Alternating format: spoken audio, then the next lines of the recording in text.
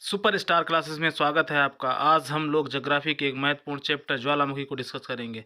पिछले पार्ट में आपने पढ़ा ज्वालामुखी क्या होता है और ज्वालामुखी में कौन कौन से पदार्थ उत्पन्न होते हैं। साथ ही हम लोगों ने ये जाना कि लावा क्या है और मैग्मा क्या है। चलिए डिस्कस करते हैं आज हम ज्वालामुखी के प्रकारों को, और आज हम डिस्कस करेंगे दुनिया के ज्वालामुखी कौन कौन से पाए जाते हैं दुनिया के देशों में। तो ना देर करते हुए टॉपिक करते हैं स्टार्ट।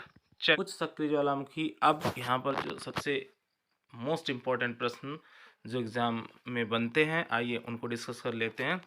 दुनिया के सक्रिय ज्वालामुखी, जिसमें आपका ओजस डेल सलाडो।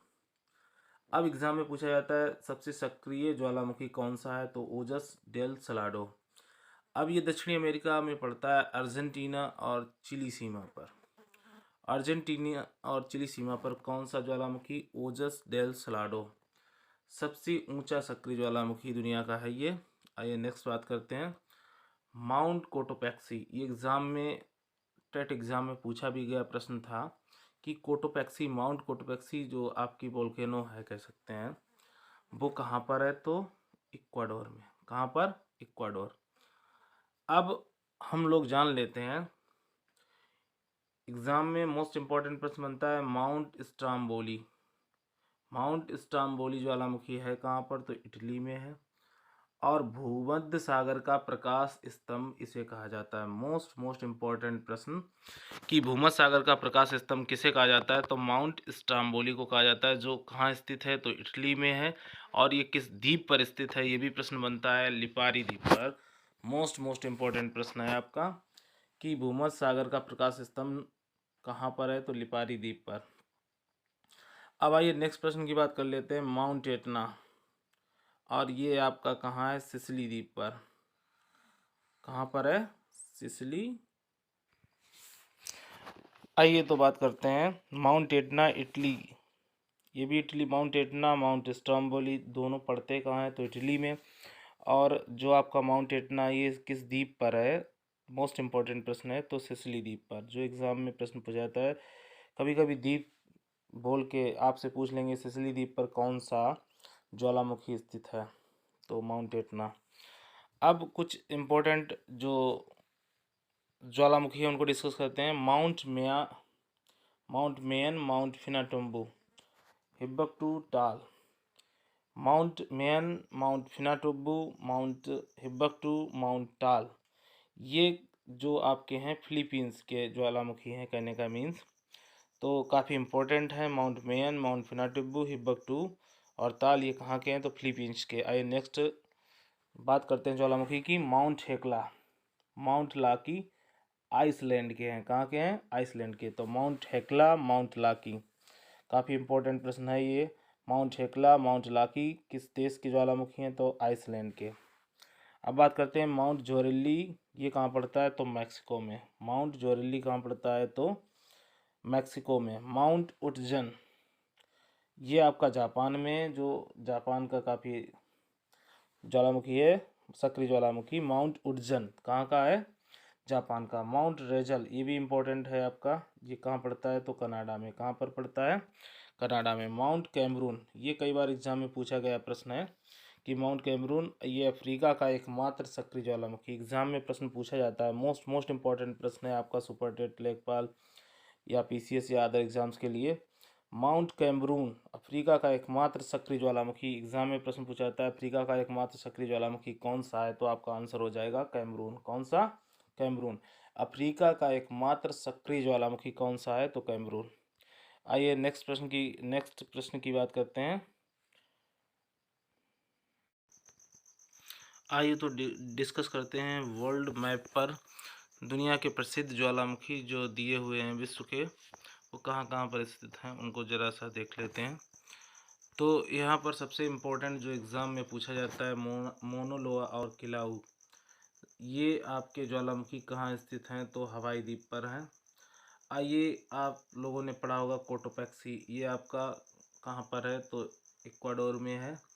और चिमराजो भी कहाँ पड़ता है, ये भी आपका पड़ता है दक्षिणी अमेरिका में। ओजस डेल सलाडो हम लोगों ने पढ़ा था, अर्जेंटीना चिली की सीमा पर, ये आपका लगा हुआ ज्वालामुखी जो एग्ज़ाम में कई बार पूछा गया प्रश्न है।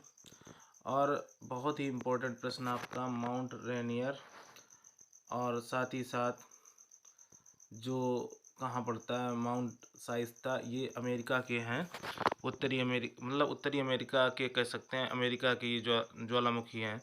साथ ही साथ हम लोगों ने डिस्कस किया था माउंट हेक्ला, और जो आपका स्ट्राम्बोली कहाँ पर है, तो लिपारी द्वीप पर है, और ये इटली में पड़ता है। कहाँ पर पड़ता है? इटली में। एग्जाम में कई बार प्रश्न पूछा जाता है कि स्ट्राम्बोली भूमध्य सागर का प्रकाश स्तंभ किसे कहा जाता है, तो आपका कौन सा ज्वालामुखी है? आपका माउंट स्ट्राम्बोली, ये भी इटली का है। माउंट विसुवियस, ये भी इटली का है। और माउंट एटना किस द्वीप पर स्थित है, अगर एग्जाम में पूछा जाए तो हम लोगों ने पढ़ा था किस द्वीप पर आपका माउंट एटना पड़ता है, ये पड़ता है आपका सिसिली द्वीप पर। माउंट एटना पड़ता है सिसिली द्वीप पर। आइए आप लोगों को एक इम्पोर्टेंट और बता दें, किलिमंजारो ये तंजानिया में आपका ज्वालामुखी पड़ता है, जो ये आपका है। और आपने पढ़ा होगा क्राकटोबा, ये इंडोनेशिया का है। और साथ ही साउथ माउंट उन्जेन या उडजन, ये जापान का है। माउंट फ्यूजियामा आप लोग जापान का जानते ही हैं। तो ये कुछ इम्पोर्टेंट वर्ल्ड मैप पर दिखाए गए ज्वालामुखी हैं। आइए नेक्स्ट प्रश्नों को यहाँ पर, इस सीरीज़ को यहाँ पर डिस्कस करते हैं। तो चलिए देखते हैं। माउंट सांता मारिया ग्वाटेमाला, ये मध्य अमेरिका के ज्वालामुखी हैं। Mount Santa Maria and Guatemala Madhya America के। माउंट सेमेरू, ये कहाँ पड़ता है, तो जावा में, और जावा आप जानते हैं इंडोनेशिया का पार्ट है। माउंट मेरापी, माउंट टुकोनो, ये भी कहाँ के हैं, एग्जाम में मोस्ट इम्पॉर्टेंट प्रश्न है आपका। माउंट मेरापी, माउंट टुकोनो इंडोनेशिया की ज्वालामुखी हैं। माउंट मोना लोआ किलाऊ, ये काफ़ी इम्पोर्टेंट मोस्ट इम्पॉर्टेंट आपके सुपर टेट के लिए और लेखपाल के लिए। माउंट लोवा और माउंट किलाऊ कहाँ, तो हवाई द्वीप पर, और ये पार्ट है आपके अमेरिका का, दक्षिणी अमेरिका का। आइए बात करते हैं नेक्स्ट प्रश्न की। माउंट शास्ता और रेनियरहुड संयुक्त राज्य अमेरिका के ज्वालामुखी हैं। और एक और इम्पोर्टेंट माउंट इरेबस और माउंट बुश और माउंट टेरर, ये तीनों ज्वालामुखी आपके कहाँ के हैं, तो अंटार्कटिका के, जिसमें मोस्ट इम्पॉर्टेंट है mount Erebus.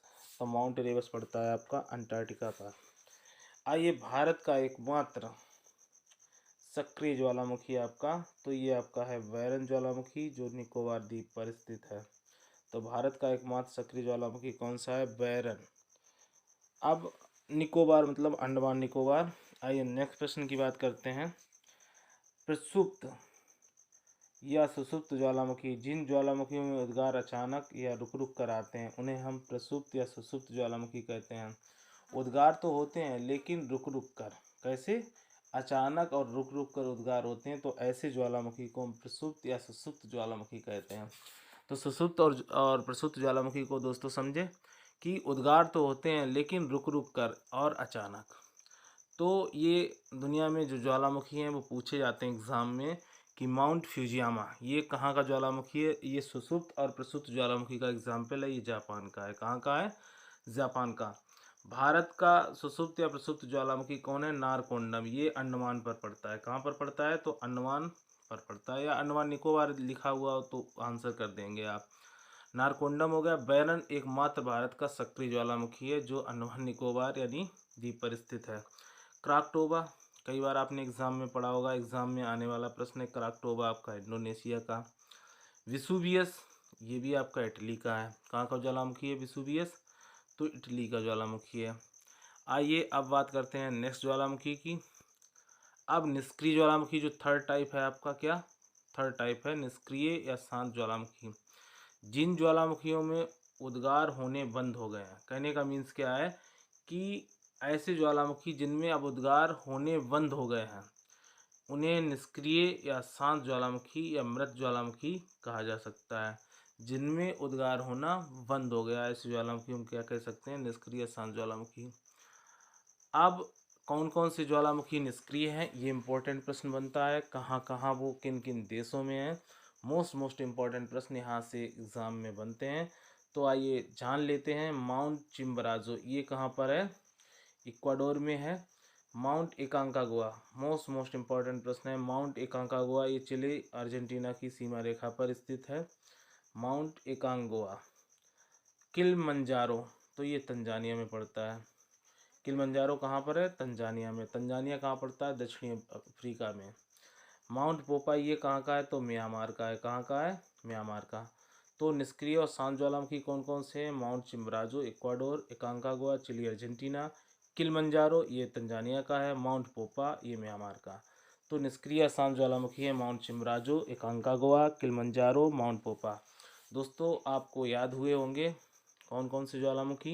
Mount चिम्बराजो, mount एकांकागुआ, Kilimanjaro Tanzania, mount पोपा म्यांमार।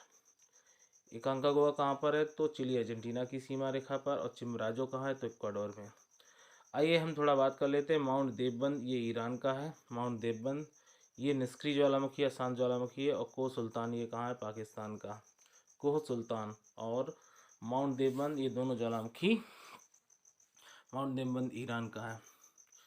और हमने पिछले डिस्कस किए थे जो इम्पोर्टेंट है, मोस्ट हैं। माउंट फिजियामा जापान का, ये प्रसुप्त या सुसुप्त का। नारकोंडम भारत का, अंडमान का। क्राकटोबा कहाँ का है? इंडोनेशिया का। विसुवियस कहाँ है? इटली का। अब हम लोग पिछले उसमें पढ़ गए थे सक्रिय ज्वालामुखी। अब हम आगे बढ़ते हैं इसी प्रश्नों की सीरीज में। दो केंद्रीय उद्गार के आधार पर जो ज्वालामुखी होते हैं कितने प्रकार के होते हैं? तो आइए जान लेते हैं। हवाइन तुल ज्वालामुखी, उद्गार शांत ढंग से, इसे पेले बाल की उपमा दी गई है। पेले बाल की उपमा किस ज्वालामुखी को दी? हवाइन तुल को। पीली देवी बाल का हवा में उड़ना, मतलब कहने का मतलब इसमें ज्वालामुखी जब विस्फोट होता है तो पीले रंग की रोशनी और साथ में ऐसे जैसे बाल हवा में उड़ रहे हों, तो ये आपका हवाइन तुल हो गया। अब पीलियन तुल क्या है? सबसे प्रचंड विस्फोट, जब विस्फोट बहुत प्रचंड होता है, जलता हुआ बादल दिखता है, तो आपका कौन सा ज्वालामुखी होगा? पीलियन तुल। अगर पेले के बाल के समान अगर हो तो हवाइन तुल, अगर प्रचंड विस्फोट के साथ जलता हुआ बादल दिखे तो आपका पीलियन तुल। आइए नेक्स्ट बात करते हैं विसुवियस तुल। विसुवियस तुल ये पीलियन प्रकार का कहते हैं। सर्वप्रथम इसका वर्णन किसने किया था? तो प्लिनी ने किया था। अगर ज्वालामुखी फूल गोभी के आकार का हो, कैसा हो? फूल गोभी के आकार का हो, जलता हुआ प्रचंड बादल हो, तो आप समझ गए कौन सा था? तो आपका पीलियन तुल्य था। हवाइन तुल्य में पेले बाल की उपमा।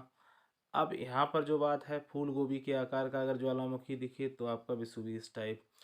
और ये घटना आपकी जब घटी थी तो यानी मतलब जो ईसापुर जहाँ ईसवी स्टार्ट होती है, तो शायद 79 के आसपास कह सकते हैं। पोम्पई नगर जो था इटली का, वो पूरा जल गया था। विसुवियस तुल्य जो ज्वालामुखी थे, तो पोम्पई नगर पूरा जल गया था ज्वालामुखी में।